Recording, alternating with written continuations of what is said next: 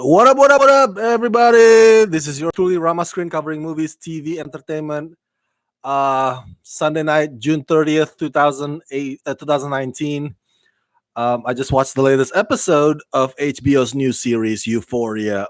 Okay, I gotta be honest with you.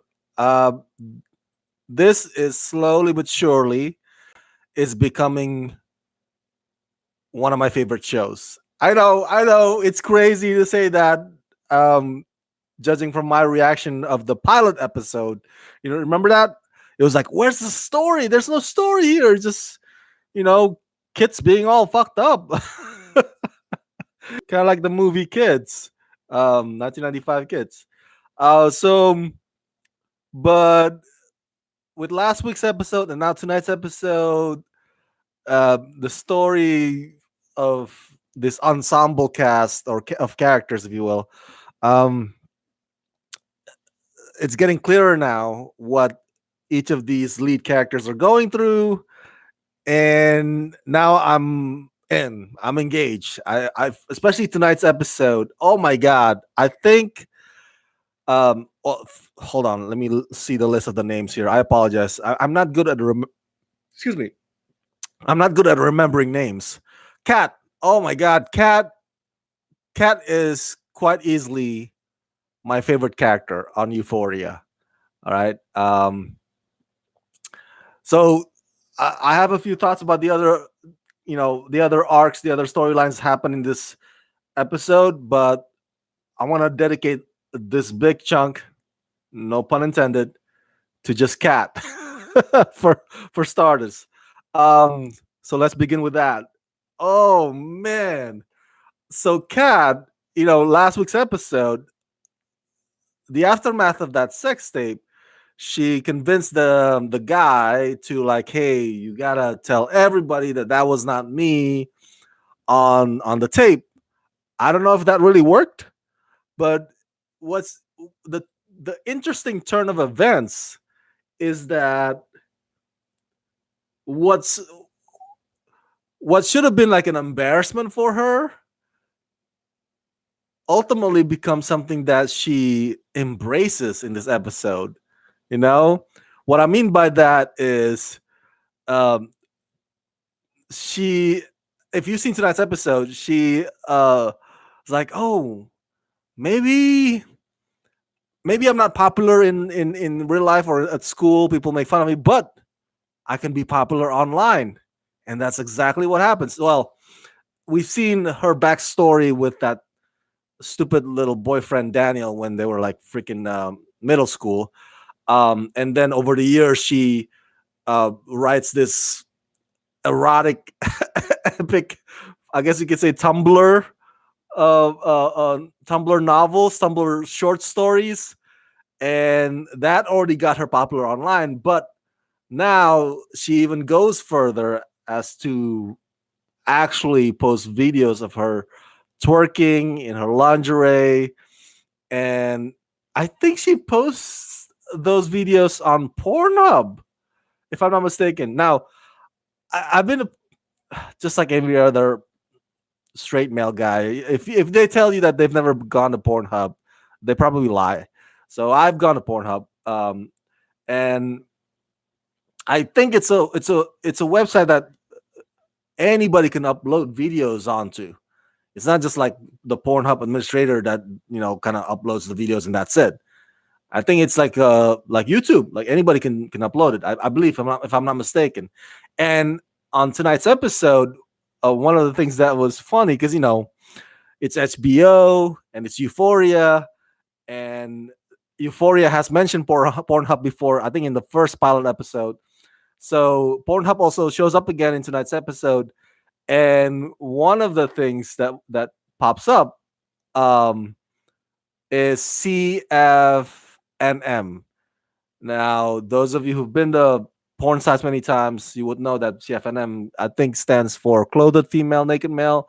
So usually it's like multiple females, and there's just one guy, and the this one guy gets ridiculed, and he's naked, and the females, maybe sometimes 4 or 5, would either make fun of him or eventually do oral stuff on him. So it's interesting that that pops up on tonight's episode, but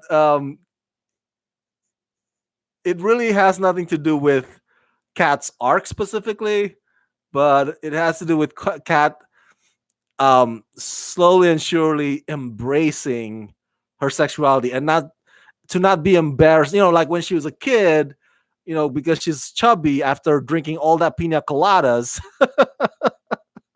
That cracks me up. It's like, really? Who would let a kid drink? Of course.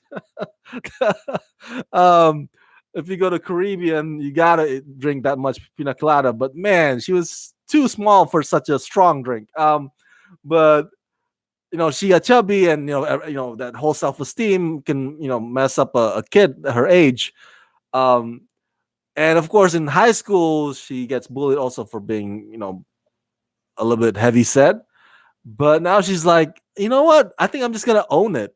I'm gonna own it and see where this goes. See where this takes me. And she uploads it, um, and it gets a lot of responses.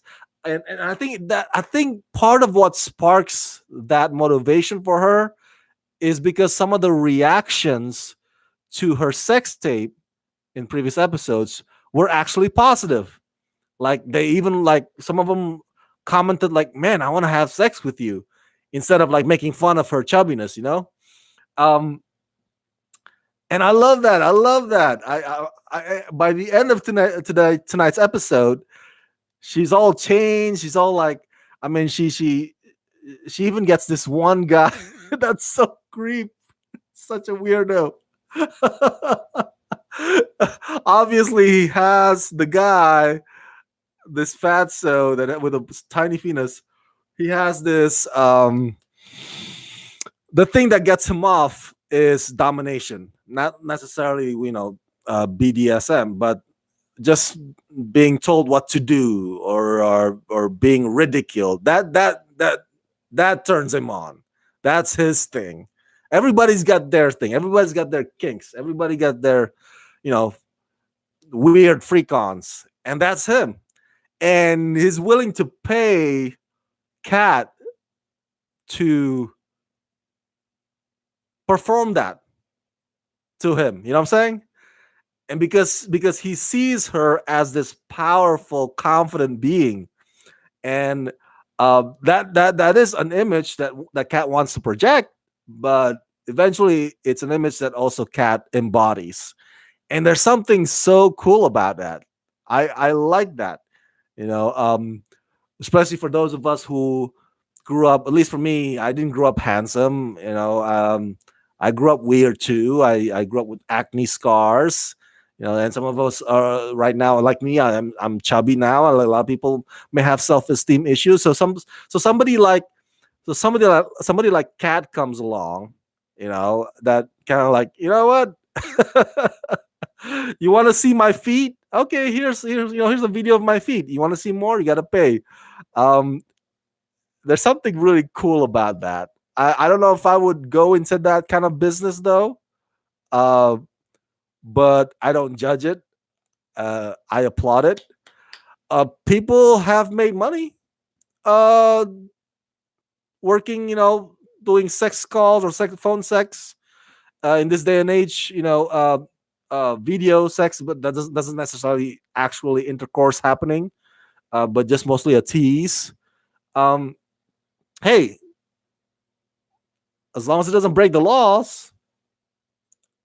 Um, but I don't know the repercussion or the consequence if this career, if you will, or this chosen profession by Cat gets exposed. If her cover's blown, if people finds out that she makes money off of this, I don't know what kind of consequence. Remember, keep in mind that she's still in high school, so that's the tricky part. Um, but back to the whole thing, why I love this character, Cat, is just because she eventually just owns who she is.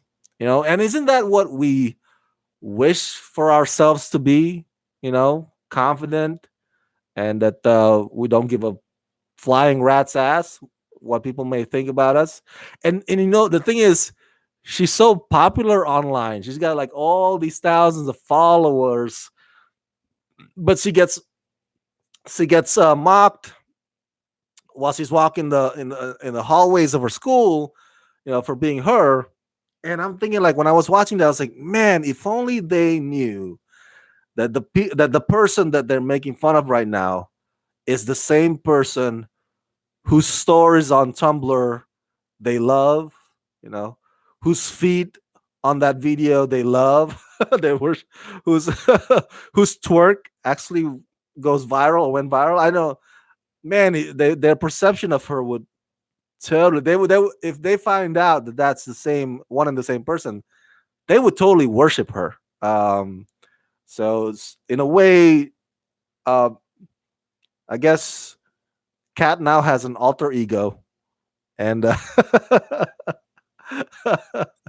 and she's proud of it, man. She is proud of it. Um, I can't help but root for her. I really, she's becoming my favorite character now on this show, definitely. And kudos to the actress who plays Kat, Barbie Ferreira. Man, um, some courage on her part, man. Because writer, director, showrunner Sam Levinson, I think that's the name, right? Sam Levinson, yeah. Sam Levinson takes this character Kat to places that maybe other actresses would not feel comfortable enough to venture into or to pull off. So good on Barbie, man. Good on Barbie Ferreira. Before we get to the next storyline or the next character, I just want to say also, I love some of the artsy cinematography, visual stuff going on in this episode. Like, one example, when Rue, Zendaya's character, comes home after being away for 16 hours, and the whole yelling, and her mom yelling at her, and testing her urine and whatnot. That whole situation, right?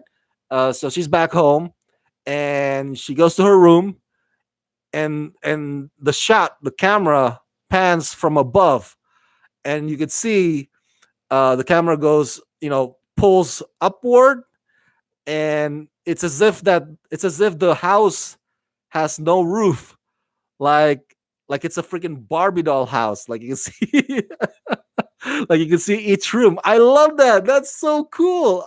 I I wonder if, we won't know for sure until we see, I don't know, bonus feature once they release the Blu-ray. But I wonder if they actually created a separate, um, I don't know, a separate a model or replica of the house on some soundstage somewhere, where they can do that trick, as if like the house has no roof, and just pan the camera from above to see the whole thing inside the house. Um, I'm curious how they pull that trick. I love I love that they did that though. It was so cool. So just a quick side note there. Let's go to the next character here before we get to the last one, Rue and Jules. Um, McKay and what's her name again? McKay is Cassie Sydney. Okay, Cassie, McKay and Cassie. Okay, so just really quick. Last week I was frustrated at McKay because, dude, like, the guy just kept talking about himself on the couch, and then when, like, his girlfriend Cassie tries to, you know turn him on, or be all horny and whatnot, he was not accommodating, and I was like, why do you keep talking about yourself? Like, nobody likes people who talk about themselves. Granted, I'm guilty of that sometimes, but the guys is like, can't shut up. Like, okay, shut up. All right, your girl needs you right now. So, in tonight's episode, though, it's different. So I gotta give credit where credit is due. McKay is in this frat party. I guess he wants to be part of this fraternity, and he passes the drinking test. But then, well, the beer test, I should say, and then the next one is to drink this alcohol, not alcohol, but water with goldfish, live goldfish in it. And he's like, I don't know if I'd do that. And then Cassie comes, being the supportive girlfriend, that she is. She lifts up one cup that has goldfish in it, and it's like, hey, I'll drink it with you. And so they both drink and swallow the fish, and everybody's like, whoa, shit. That's a keeper, man. That's a keeper when your girl is willing to go that distance with you. Drink this cup of or glass of water with freaking live goldfish in it. So swallow it whole. Like, come on. You gotta be the luckiest guy on earth to have a girl like that. Um, and then last week she's even willing to like take photos of her breasts and send it to you. Like she likes you, she digs you, man. So the next time she's feeling horny, accommodate her. Don't be all like talking about yourself like a pathetic loser. So McKay, good on him for being a good, no, a better guy than he was last week. So I think now he sees Cassie and appreciates her because man, yeah, dude, when Cassie's like chugs that in, I was like, oh damn, damn, she's a keeper. Like, if a girl squirmish and like, hey, maybe we gotta go, like, it's like, oh, that's disgusting. Yeah, I don't want to, you know, no, but she's like, hey, I'm with you all the way. So just a quick note about because I don't think I have a lot of opinions about McKay and Cassie aside from that. There's not much right now that the writers are giving us about McKay and Cassie relationship compared to the drama surrounding Kat, Nate, Jules, and Rue and Maddie. For McKay and Cassie, their storyline is at the moment, even after these 3 episodes, it's still paper thin. Um, there's not much to dissect there or to analyze about. But tonight is like, yes, yes, Cassie and McKay sitting on a tree. Fucking. Okay, so the next storyline. Let's get to the big one. Okay, so Jules has been texting Tyler, and guess what? Tyler turns out to be Nate. Dun dun dun. Now, one of you commented in on my video last week about how, and I think you got this spot on. You said that Nate is kind of dangerous because you know his violence and the way he treats Maddie sexually. It's just a way to cover up, because he's closeted. That's your argument, and I think you may have a point there, um, because he's digging Jules, who is a trans female, and but in this exchange of texts, Tyler/Nate tells Jules that he's not gay. Um, so I'm a little confused. Does he see Jules as just? I mean, is he oblivious? Does he know that Jules is trans female, or does he think that Jules is all female? If you if you can clarify that for me, that'd be great because I'm a little confused on that. Um, but I think Jules is the one that doesn't know that Tyler is Nate, whereas Nate knows that the one that he's exchanging with is Jules. Um, in either case, obviously Jules is the one that's smitten, falling for Tyler, and Tyler's been sending him, her, I'm sorry, Jules dick pics. And there's this one segment when Rue teaches the whole class about dick pics. Now, I don't know how accurate some of the information in that. Like, if somebody sends you dick pics or a picture of their dick, does it really matter? Um, does it really matter the objects around that penis in that photo? Like in that segment, Rue's, in Rue's lecture, she makes it seem like it's very important whether it's whether the room is clean or hygiene or not. It's like if there's if the nail of the person holding the penis is if the nails are dirty or not. It's like, does it matter? Like, dude, it's a shot, it's a picture of a penis. I don't think people would care if there's an empty can of beer lying around in that photo. I don't know. Maybe I'm wrong. Maybe people um, have analyzed dick pics as as specific and as detailed as Rue does in that segment. But that whole segment is pretty entertaining, or was pretty entertaining. I must admit. Um, so Nate's girlfriend starts to get suspicious, and then she asks Kat, like, can somebody be gay and straight at the same time? Okay, so this this question is pretty deep, but Kat, I think, answers it correctly in that sexuality is a spectrum. It's not simple, it's not like black and white, or like, oh yeah, you're either this exhibit A or exhibit B. It's a spectrum. Where you lie on that spectrum, and I think for Nate, and you can correct me if I'm wrong, but I'm theorizing that Nate is somewhere closer to the middle, where obviously he can have sex with Maddie. Uh, he can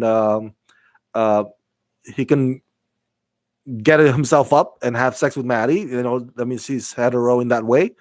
But I think he also has the commenter from last week was kind of correct. I think he does have homosexual tendency, uh, closeted one at least, and something that he hasn't really fully, embraced yet. Um, so that puts him in on the spectrum, probably closer to the middle, where it's not necessarily pure bisexual or pansexual, but it's closer to that. Definitely, definitely curious on his part.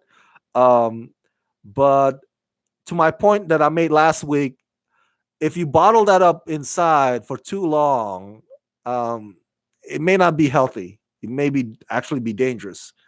You got to be able to confront, you know, what you are, or who you're attracted to, or what you're, where you are on the spectrum. The sooner you can accept that, the sooner that you can accept where you are on that spectrum, the healthier you will be as a person. Um, Rather than like, oh my god, I got a reputation to keep. It's like, oh, if I come out as this, what will people think? It would make you feel depressed, it would make you lash out. So it's not healthy either way. Um, but one revelation that is fascinating is Rue Rue is attracted to Jules, and I kind of have a feeling a little bit. I was like, because Jules keeps talking about Tyler, right? And at first I thought that it's like when my best friend keeps talking about this girl that he just met, and he just kept yapping and napping, and hey dude, we're trying to have a boys' night out here. We're trying to play Fortnite or whatever. Like, why do you keep talking about this girl? Like, can we please just focus on this? So I thought that Rue was just annoyed. Was just irritated. Oh man, you can't shut up about Tyler. Like, and then when Jules told Rue that she's gonna meet Tyler, And then Rue's all freaked out. It's like, no, no. What if it's what if it's a dangerous guy? What if this Tyler means you harm? And okay, so I was I was already on the fence at that point. I was like, okay, maybe Rue is just being a good friend, genuinely concerned for the safety of Jules. But maybe there's something more. Maybe Rue is really starting to be attracted to Jules and probably gets jealous or maybe envious of this Tyler dude. But I'm leaning more still. I'm still like leaning more towards like, oh, she's just being a friend, very concerned. And then once that kiss happened, I was like, oh, it's clear now. It's clear now. It's not on the fence anymore. It's so clear that Rue indeed has feelings for Jules. And of course, that kind of complicates things, especially for Jules, because Jules was taken aback. Jules did not see that coming, and I don't know how that's gonna affect their friendship moving forward. Um, but again, it goes to what I said about Nate, man. If you're not just open, if you don't confront who you are sexually, and just this is who I am, then it's gonna eat at you, and the consequence might be bad. And I think for the case of Rue, um, because she goes back to her drug dealer, that's how you know, um, she represses and suppresses too everything that's wrong. Like, oh my god, I just kissed my best friend, and I don't think it's gonna get reciprocated. I don't want to be here now. I don't want to be in this real world. Take me back to that feeling of when I'm out there and buzzed and high, and get me out of this real world, because now my friend finds out that I like her. It's like, give me that pill. I need to get away. I need to escape. I don't want to face my feelings. I don't want to face what just happened. I don't want to face reality. I don't want to face my sexuality. So in the case of Rue, um, those drugs um, do that for her. So you know what? In a way, I don't want to judge her though. I think it's tough. It's tough, man. Especially when you're a teenager. Obviously, the actors in this show, they're not teenagers anymore, but they play teenagers. It's tough because when you're teenagers, you're still figuring things out. You're still curious, you're still asking questions, you're still finding shit out, figuring things, discovering like, oh my god, I may have feelings, or I may not have feelings, or I may not like him anymore. And then so it's like this chemical stuff going on in your head. um and so it's tough. It's tough being teenagers. It's tough because you're not a child anymore, and yet but you're not yet an adult. So you're kind of stuck in this limbo, and if you don't have the support system needed, it can mess you up. Speaking of support, Coleman Domingo, I think that's the actor's name. Let me double check here. Domingo, yes, he's from the show Fear the Walking Dead. Lo and behold, he shows up on Euphoria, and he plays one of the mentors in the Addict Anonymous meeting that Rue goes to. And he has this moment with Rue when he pretty much he pretty much caught Rue on her lie, because damn, Rue stood up there in front of everybody, talking about, oh, I've been clean for this and this and this, like straight up lied in front of those guys, because at that point she already took a pill from Jules' house. There were pills lying around there. She's basically high, and she's telling everybody on the balls on Rue, man, the balls on her. So I don't blame Coleman Domingo's character for being pissed off. If he, because he values that meeting, and Rue being high, talking to the people there in front of the meeting like that, that's an insult to him. It's like, whoa, you don't just trash this. This is like this is holy ground to us, to some of us. So, um, and he's one of those guys who can catch Rue's bullshit coming up. Rue might trick or fool everybody else in that room, but not Coleman Domingo's character, man. So and he has this powerful speech too. Like, wow, he really he really strikes it at Rue's heart. About because he used Rue's sister, played by Storm Reed, as a way to kind of like twist that, to get that sense through Rue's skull. It's like, oh my god, could you imagine your little sister saw you ODing, like the damage that could have the damage that must have done to your little sister psychologically. You know, it might impact her for years to come. I mean, I have two little sisters, right?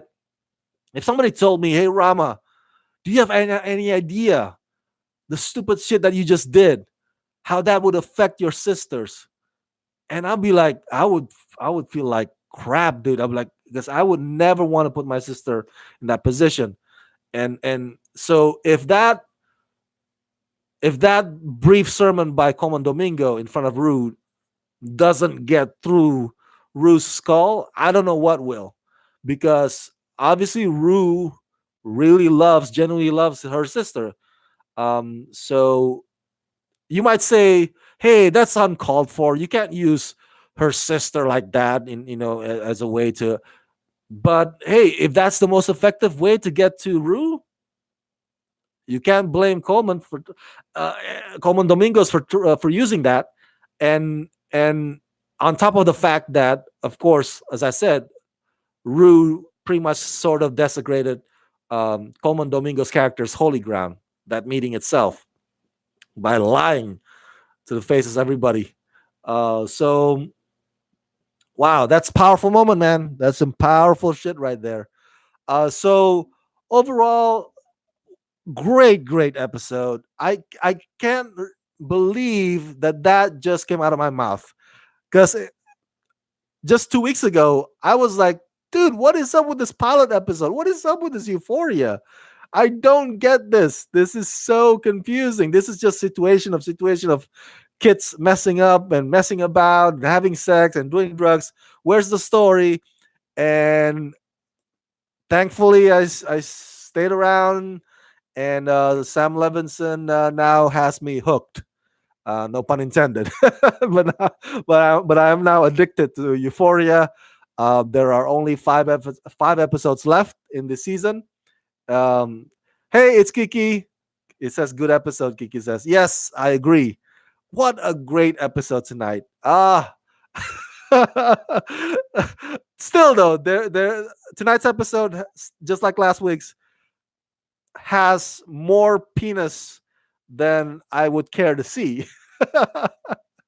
But it just goes to show that HBO and Euphoria specifically, they are not afraid to push the envelope and go bare and really shake you to your core about this teen angst. Tyler says it's going down next episode with Jules running into McSteamy and his son at the carnival. That's that is a good theory. I gotta give you that, and that's gonna be an awkward situation if that does happen. It's Kiki Grey's Anatomy. That's right, McSteamy. Oh man, I love tonight's episode. That was great. That was so cool. I can't wait to see next week. And you know what? I think my favorite character is Kat. God bless her. She, and when she's all like changed and everything and being all confident, that that does make sense. All right, because by this point she not only embraces her sexuality and who she is, but she also can make money off of it. Oh my gosh, she's a businesswoman now. And when you can make money off of your skill or your talent, whatever it is, that also gives another shot or a reason uh, for confidence in your life. your self-esteem will get boosted just like that. So it all starts with you believing in yourself first, and then owning your skills and make money off of that shit, and bam, you'll be walking the hallway and everybody will turn their heads like, whoa, who's that, baller, who's that baller walking the hallway. That's what happened to Kat tonight. So love you, Kat. um but I'm also a big fan of Cassie, though. Fucking hot. That girl is so fine. Thanks for so much, you guys, for tuning in on this live review of Euphoria. What do you think about tonight's episode? Do you agree or disagree with my assessment? Let me know your thoughts in the comment section down below. Subscribe to my channel, press that like button, ring that bell, and if you can help support this channel, please do so at patreon.com/Rama Screen. I need your help. So please, $2, $5 per month, whatever you can do to donate and help. Patreon.com/Rama Screen. I'll be back every week. All right. Thank you guys. As always, let's rock this. Woo woo!